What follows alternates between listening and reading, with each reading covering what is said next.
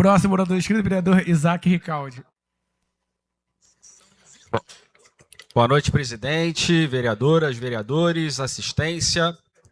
Presidente, antes de iniciar a minha intervenção, quero fazer um registro e pedir à Vossa Excelência e ao vereador que preside a Comissão de Educação a atenção devida, porque nós recebemos um ofício do Sindicato dos Professores, dos Profissionais de Educação, o CEP, solicitando uma reunião com a Comissão de Educação desta Casa para tratar de temas pertinentes à categoria e os problemas que nós conhecemos da rede de educação. E eu considero fundamental que nós possamos, de fato reunir com o sindicato para que a gente possa dar encaminhamento e dar consequência a esses questionamentos que são apontados já no ofício, que todos nós conhecemos. Considero vergonhoso para essa casa que nós já estejamos no segundo ano sem que a comissão tenha se reunido uma vez sequer. E isso eu sei que é uma prática da casa e eu peço à presidência que possa, de fato, intervir para que a gente tenha o funcionamento regular de todas as comissões dessa casa, para que as comissões possam cumprir o seu papel de acolher as demandas que chegam da sociedade. Presidente, hoje também é um dia muito importante, porque marca a renúncia do governador bolsonarista Cláudio Castro, que na verdade não é renúncia. Ele sai fugido pela porta dos fundos do governo, porque renunciou para não ser cassado, porque assaltou os cofres do Estado. Só no CEPERJ foram 220 milhões de reais em dinheiro vivo sacado na boca do caixa, contratando dezenas de milhares de funcionários fantasmas para comprar a reeleição dele e dos seus aliados. E hoje ele sai do governo nessas condições, tentando salvar pelo menos a inelegibilidade, não vai conseguir, e daqui a pouco nós vamos ter mais um governador preso.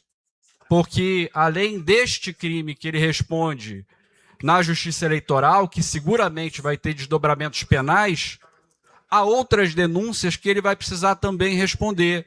Aliás, ele é um governador que, mesmo antes de sentar na cadeira, já era famoso por carregar malas de dinheiro com propina de empresas que prestavam serviços ao governo do Estado.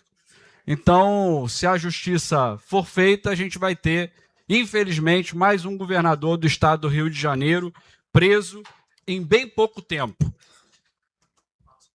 Nós, presidente, também precisamos, acho que esse ano, fazer uma reflexão.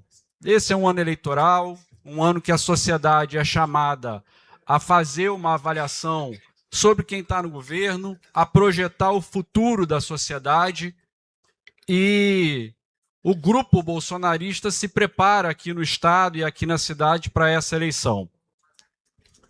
O candidato a governador é daqui, é o filho do prefeito da cidade.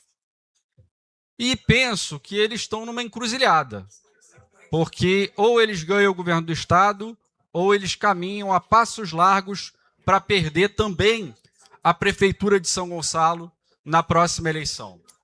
Considero bastante difícil essa tarefa de encarar essa eleição, porque eles não têm muito o que mostrar. Eles vão mostrar os feitos do governo Cláudio Castro, que foi um péssimo governador, e nós vamos vendo cada vez mais que os feitos do prefeito Capitão Nelson também, em grande parte, não passam de fantasia. A propaganda da prefeitura não retrata a cidade real, não retrata a realidade da nossa população, que sofre com serviços públicos cada vez mais precarizados. São Gonçalo é uma cidade que há muito tempo vem se esvaziando, as pessoas estão saindo daqui. O último censo demonstrou que São Gonçalo foi a cidade do Brasil que mais perdeu população. 100 mil pessoas saíram daqui em direção fundamentalmente às cidades vizinhas em busca de melhor qualidade de vida. E o último dado da Justiça Eleitoral demonstra que mais 20 mil eleitores de 2024 para cá saíram de São Gonçalo.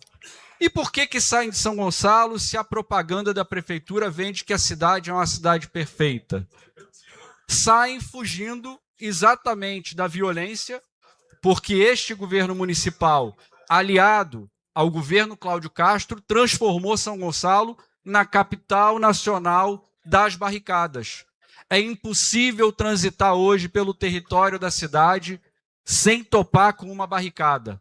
O direito de ir e vir da nossa população não é garantido. E esse é um problema que se agravou nesse último período. Para além disso, São Gonçalo é uma cidade indiscutivelmente mais violenta hoje do que era no passado. Só do ano passado para esse, furto e roubo de carros, presidente, aumentaram em 160% só na região do Alcântara.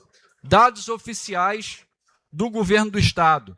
A educação é uma tragédia que todos nós conhecemos.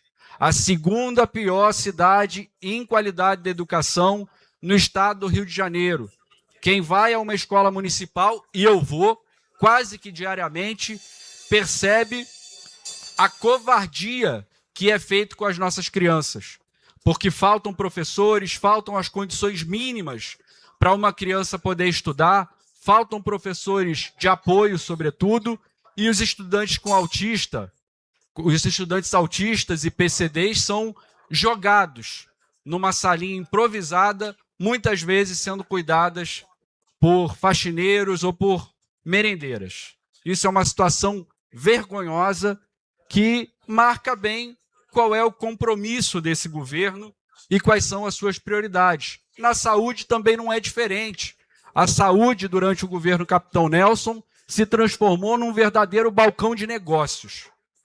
Foi entregue à iniciativa privada, às OSs da vida, às OSCs da vida, que operam esquemas milionários que já foram retratados na grande imprensa, com contratos superfaturados, atendendo a famílias de membros do governo, inclusive de secretários, tudo isso sendo alvo de inquérito na Polícia Federal e a nossa população sofrendo com um péssimo serviço de saúde pública, que, aliás, um problema que vem se agravando, porque nós temos notícias de muitos fornecedores que sequer estão recebendo e, por isso, estão atrasando os exames que a nossa população precisa, e muita gente nessa fila acaba perdendo a vida porque não pode esperar para fazer um exame que muitas vezes é urgente para diagnosticar um problema grave de saúde. No transporte não é diferente. Nós vimos no último período o grande acordão que foi montado entre o governo do prefeito Capitão Nelson e o consórcio que monopoliza o serviço de transporte via ônibus aqui na cidade. Ele repassou para a tarifa da passagem, repassou para o cidadão uma responsabilidade que devia ser dele, de arcar com a gratuidade. E hoje, presidente, faz a nossa população pagar uma das passagens mais caras do Brasil e, ao mesmo tempo, isentou as empresas de ônibus da sua obrigação de garantir um transporte minimamente digno, com pelo menos ar-condicionado. É por isso que a cidade vai se esvaziando, é por isso que cada vez mais gente sai daqui para buscar uma vida melhor, fundamentalmente nos municípios vizinhos. E essa realidade vai ficar cada vez mais clara, porque este governo, não demora muito, vai entrar em colapso, porque promoveu até aqui um aparelhamento da máquina pública para atender aos seus interesses eleitorais e aos interesses eleitorais da sua base. E isso, presidente, vai cobrar um preço nas urnas, eu não tenho dúvida. É por isso que esse é um ano muito importante. É um ano que nós vamos decidir o futuro do nosso país.